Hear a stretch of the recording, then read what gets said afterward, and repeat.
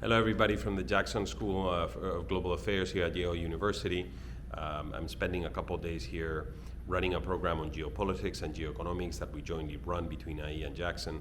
And basically the object of discussion has been the state of global politics and of the global order, and also of the new foreign policy and international trade and economics priorities of the American administration, and how that is impacting the world and how that is impacting Europe-US relations. And having worked on transatlantic relations for a while, I think we're going through a very challenging period, probably one of the most challenging periods in recent history for the Europe-US relationship. And this is so because despite the common core of shared values and interests on the international agenda, we find that on the major dossiers, Europe and the US today stand on very different sides of the discussion. This is, for example, very true on the trade and economic agenda, with an American administration deploying a very aggressive tariff policy that is leading to, in essence, the undoing of some of the most fundamental trade rules and the trade regime that Europe has defended over the years and continues to defend, the questioning of the World Trade Organization and others.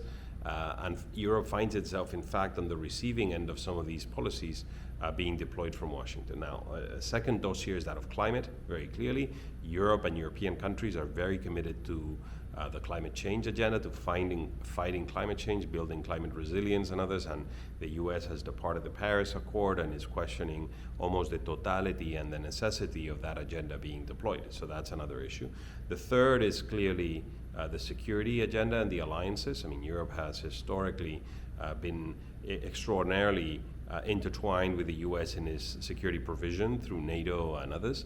And now we find in this administration a very clear message about burden sharing and about the US reducing its commitments to European defense so that Europeans can take more of the burden. Now, this is not new, and US administrations going all the way back to the Kennedy administration have insisted on this, but this is perhaps the time that this has been conveyed more adamantly, and in fact there might be forced withdrawals of the US from Europe and others, and this has also flared up in the management of the Ukraine crisis, and now also, by the way, on the response to the Russian drone incursions into the European airspace, which still need to be provided with a response by the allies. It's taking probably too long, and there are clear messages from Washington that it should be the Europeans doing more about these things. And then the fourth and last is the multilateral agenda, with Europe and its member states very committed to the UN and to the multilateral system through funding, through commitment, many others.